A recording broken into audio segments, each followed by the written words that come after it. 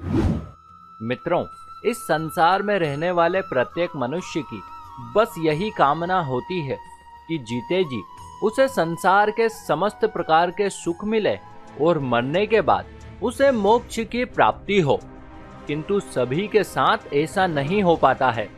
जीते जी तो इन्हें दुख मिलते ही है, अपितु मरने के बाद भी इन्हें मोक्ष नहीं मिल पाता है।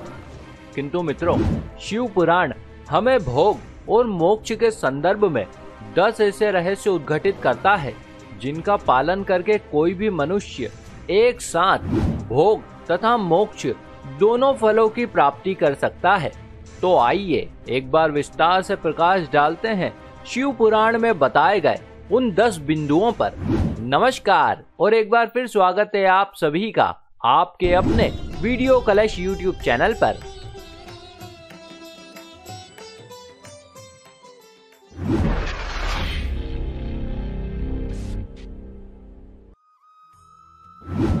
मित्रों, आप तो जानते ही हैं, इस संसार में रहने वाले प्रत्येक मनुष्य के लिए धन कमाना कितना आवश्यक है।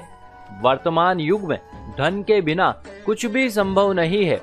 किंतु शिव पुराण में धनोपार्जन के साथ साथ धन को संग्रहित करने की बात भी कही गई है। इसमें बताया गया है कि प्रत्येक मनुष्य को अपने परिश्रम से अर्जित धन को संग्रहित करके उसके 3 भाग करने चाहिए। तत्पश्चात पहले भाग को धन वृद्धि में लगाना चाहिए ताकि भविष्य में होने वाली हमारी आमदनी में वृद्धि हो सके। उसके बाद दूसरे भाग को भोग में व्यय करना चाहिए ताकि वर्तमान में हमारी तथा हमारे परिवार की जीवनचर्या उत्तम ढंग से चल सके। और इस प्रकार से मित्रों, हमारे पास जो अंतिम भाग बचता है उसे हमें धर्म कर्म, जन कल्याण अथवा सेवा के कार्यों में व्यय करना चाहिए ताकि इससे हमारे पुण्य कर्मों में वृद्धि हो और हम विभिन्न प्रकार के ऋणों से मुक्त हो सकें।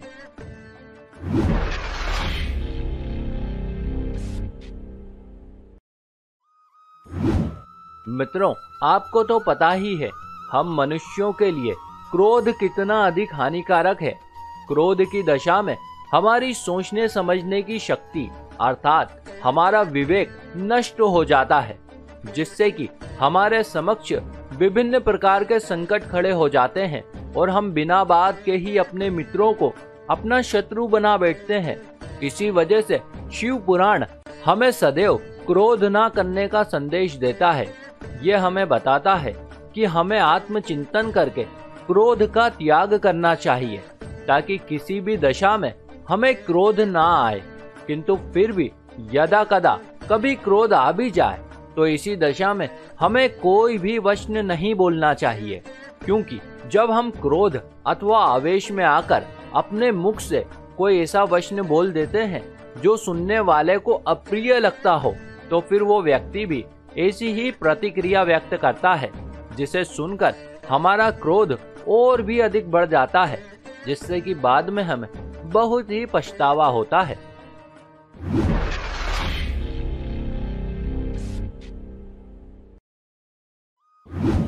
मित्रों, आपको तो पता ही है कि भोजन हमारे शरीर के लिए कितना अधिक आवश्यक है। भोजन से ही हमारे शरीर को समस्त प्रकार के कार्यों को करने की ऊर्जा प्राप्त होती है।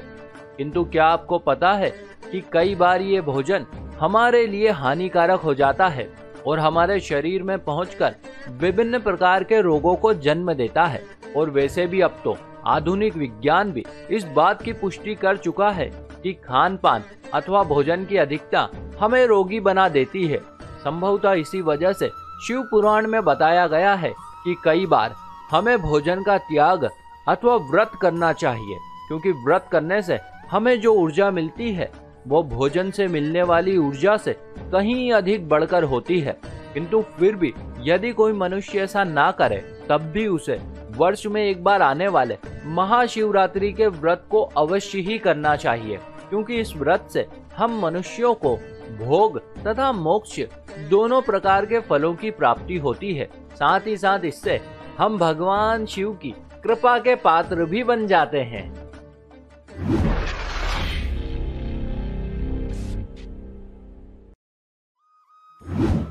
मित्रों, हमारे हिंदू धर्म में किसी भी कार्य को करने का उचित समय अर्थात मुहूर्त निर्धारित किया जाता है, जिससे कि हमारा वो कार्य बिना विघ्न अथवा बाधा के संपन्न हो सके। इसी प्रकार से प्रतिदिन जब सूर्य देव अस्त होते हैं और चंद्रमा उदय होने की तैयारी में रहते हैं, तब का समय संध्या काल का समय कहलाता है। और इसी संध्या काल के संदर्भ में शिव पुराण में विस्तार से बताया गया है। इसमें लिखा है कि संध्या काल के समय त्रिनेत्रधारी भगवान शिव अपने दिव्य नेत्रों से तीनों लोकों को देख रहे होते हैं। अतः उस समय जो कोई भी प्राणी कटुवचन कहता है या क्रोध, सहवास, भोजन अथवा यात्रा इत्यादि करता है, तो निश्चित ही वो पाप का भागी बनता है और फिर उसे भगवान शिव के क्रोध से कोई नहीं बचा सकता है। तो मित्रों, भलाई इसी में है कि हमें संध्या कालीन के समय इन सभी कार्यों को करने से बचना चाहिए।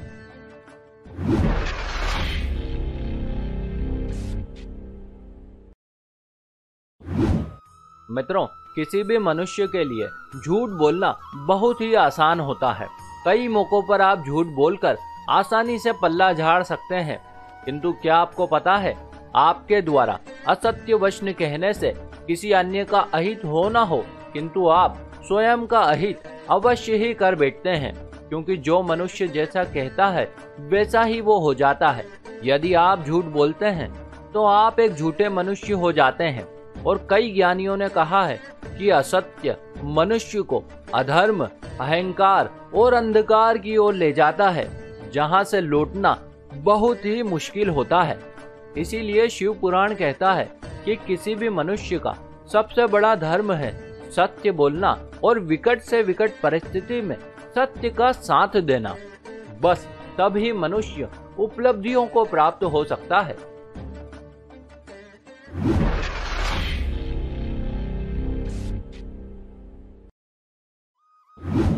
मित्रों, प्रत्येक मनुष्य कोई भी कार्य अपने हित और स्वार्थ को ध्यान में रखकर करता है।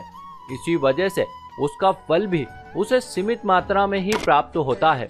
और कई बार तो बहुत से मनुष्य कर्म करने से पहले ही उसके प्रतिफल को लेकर चिंतित होना शुरू हो जाते हैं। उदाहरणार्थ, यदि कोई व्यापारी व्यापार करता है तो वो इस बात को लेकर पहले से ही चिंतित होना शुरू हो जाता है कि कहीं उसे लाभ के स्थान पर हानि हो गई तो उसका क्या होगा, जबकि उसे ये बात अच्छे से पता है कि ये व्यापार है और व्यापार में लाभ और हानि तो होती ही रहती है, भले ही वो इसकी चिंता करे अथवा ना करे। किंतु मित्रों, इसके ठीक विपरीत, यदि कोई व्यक्ति निष्काम भाव से कर्म करे, अर्थात यदि कोई व्यक्ति ये सोचकर व्यापार करे कि यह व्यापार उसका नहीं अपितु परमात्मा का व्यापार है और वो तो बस इस व्यापार का सेवक मात्र है और सुबह से शाम तक परमात्मा रूपी सेठ की सेवा करता है, अब यदि लाभ हो तो भी ठीक और यदि ना हो तो भी ठीक। निश्चित ही मित्रों, ऐसी मनोदशा रखने से हानि नहीं अपितु लाभ ही होगा। साथ ही साथ व्यर्थ की चिंताओं से मुक्ति भी मिल जाएगी। इसीलिए शिव पुराण कहता है कि हमें न सिर्फ व्यापार अपितु हर कार्य को निष्काम भाव से करना चाहिए, भले ही उस कार्य से व्यापार अथवा धनोपार्जन का कोई सरोकार ही न हो।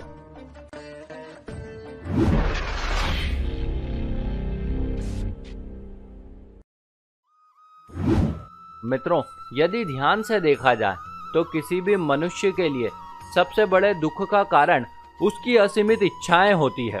यदि कोई मनुष्य कभी कोई एक इच्छा करता है तो उस इच्छा की पूर्ति के लिए दूसरी इच्छा का जन्म हो जाता है और दूसरी से तीसरी, और इस प्रकार से वो मनुष्य इच्छाओं के जाल में फंसता चला जाता है और बिना बात के मरते दम तक उन इच्छाओं की पूर्ति के लिए अपना जीवन नष्ट कर लेता है। इसीलिए शिव पुराण में हमें अनावश्यक तथा आवश्यकता से अधिक इच्छाओं को त्यागने की बात कही गई है, क्योंकि जब कोई मनुष्य पूर्ण रूप से अपनी इच्छाओं का त्याग कर देता है तो उसे जिस सुख की प्राप्ति होती है उसे सुख नहीं अपितु महासुख कहा जाता है।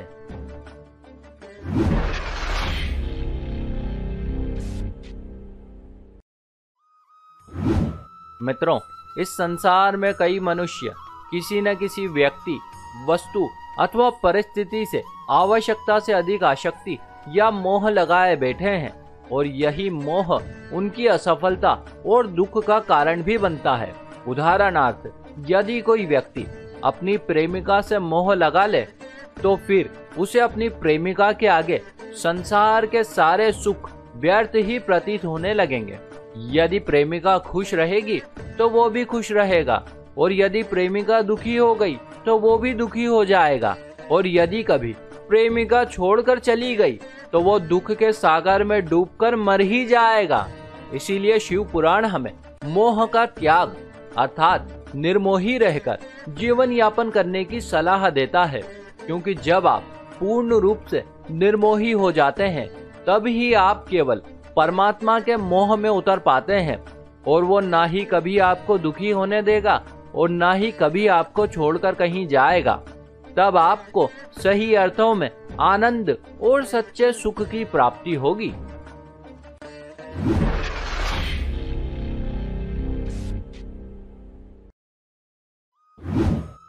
मित्रों, वर्तमान समय में हम जिस युग में जी रहे हैं वो विभिन्न प्रकार के आविष्कार और खोजों का अति उत्कृष्ट युग है। लेकिन क्या आपने कभी विचार किया है कि आखिर ये सारी खोजें और आविष्कार भला कैसे हुए हैं?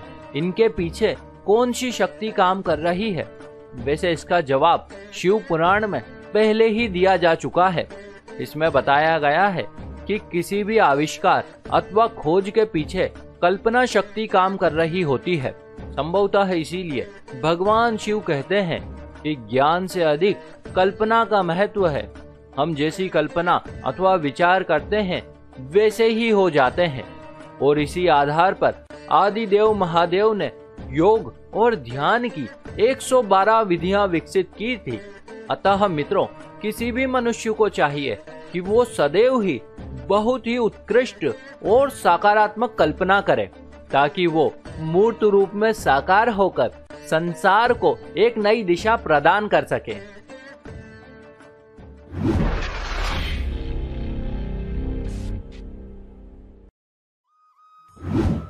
मित्रों, शिव पुराण में बताया गया है कि जब तक मनुष्य अपने मन के अधीन रहता है तब तक वो ईर्ष्या, द्वेष, राग और हिंसा जैसी तमाम प्रकार की पाशविक वृत्तियों से घिरा रहता है, जिसे ज्ञानियों ने पशुवत अवस्था कहा है। किंतु जब कोई मनुष्य अपनी इन प्रवृत्तियों का त्याग कर देता है तो वो बहुत ही उत्तम अवस्था में पहुंच जाता है, जिसे सच्चिदानंद कहा जाता है।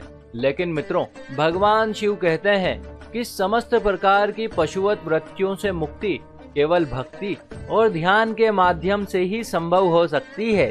तो मित्रों, ये थी वे 10 बातें जिनका पालन करके कोई भी मनुष्य एक साथ भोग तथा मोक्ष दोनों प्रकार के फलों को प्राप्त कर सकता है।